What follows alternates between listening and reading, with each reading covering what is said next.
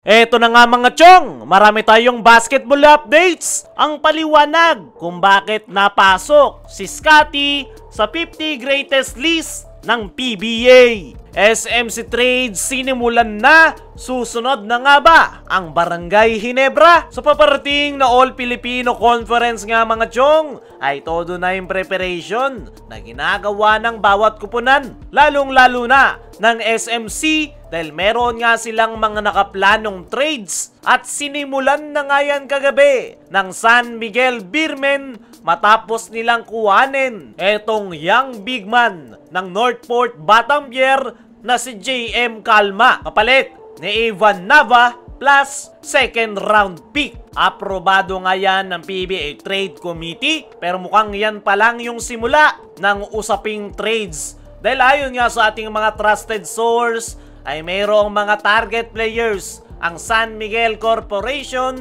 na gusto nilang ipasok sa kanilang kupunan.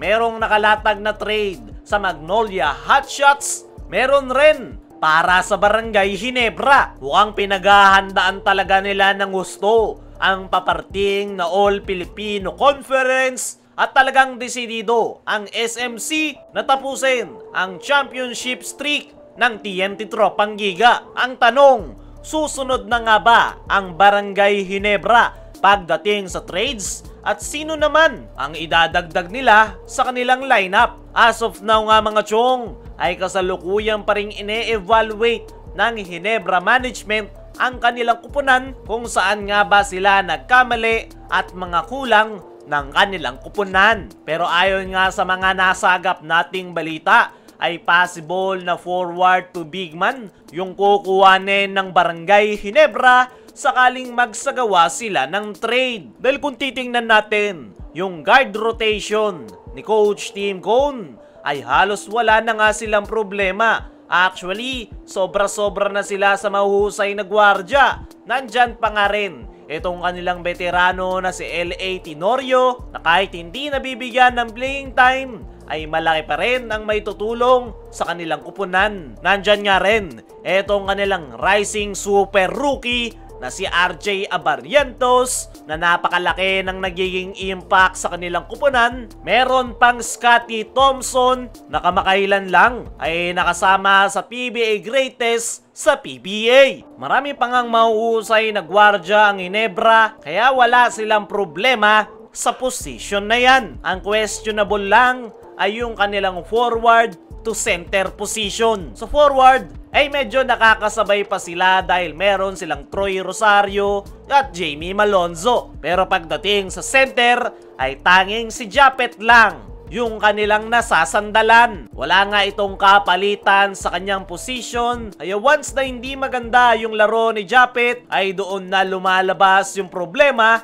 ni Coach Tim Cone. At yan panigurado yung susubukan nilang gawan ng paraan. Kaya kung sakaling gagalaw sila patungkol sa trade ay paniguradong kapalitan ni Japet yung kanilang hinahanap. As of now, wala pa tayong idea kung sinong big man yung target na makuha ng Barangay Ginebra. Pero tingnan natin sa mga susunod na araw kung ano yung kanilang magiging galaw. Dumako naman tayo dito sa kabilang balita. Ang paliwanag kung bakit napasok si Scottie sa 50 greatest list ng PBA. Marami nga ang pumupuna at kung may question kung bakit napasok si Scottie Thompson sa 50 greatest list ng PBA na inanunsyo nila kahapon. Marami ang nagsasabi na hindi raw deserve ni Scottie Thompson. Marami rin ang nagsasabi na deserving pero masyado para maaga. Pero ano nga ba yung dahilan kung bakit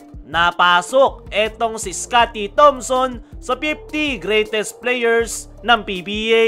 Mismong si former PBA Commissioner at Chairman Selection Committee na si Sunny Barrios ang nagpaliwanag dyan na sa 10 addition sa PBA greatest players ay 8 na lang daw talaga yung kanilang pinagbotohan dahil napagkasunduan nga raw ng members ng selection committee na automatic na pasok na sa PBA greatest list kapag merong MVP award. Kaya naman pasok na agad si Junmar Fajardo na may 8 MVPs at Scottie Thompson na may 1. Kapag meron nga raw MVP award ay siguradong nandoon yung skills, immediate impact sa kanyang kupunan, lalong-lalo na sa PBA. At yan nga raw yung dahilan kung bakit napasok si Scottie sa PBA Greatest List. As of now, lahat ng nakakuha ng MVP award ay nakalista sa PBA Greatest List. Kaya naman,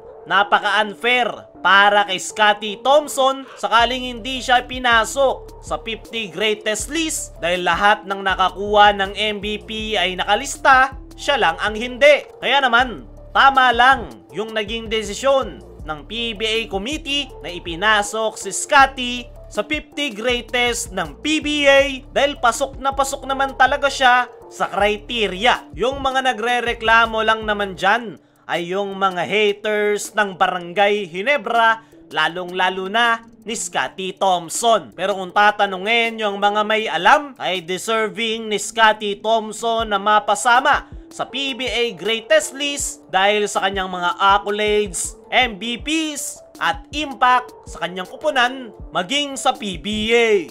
Kayo mga chong, ano ang masasabi nyo na talagang pasok si Scottie sa PBA Greatest List? Ano rin yung masasabi nyo? Nagagalaw na ang SMC? Susunod na nga ba ang Barangay Ginebra sa trade? I-comment mo lang dyan sa ibaba.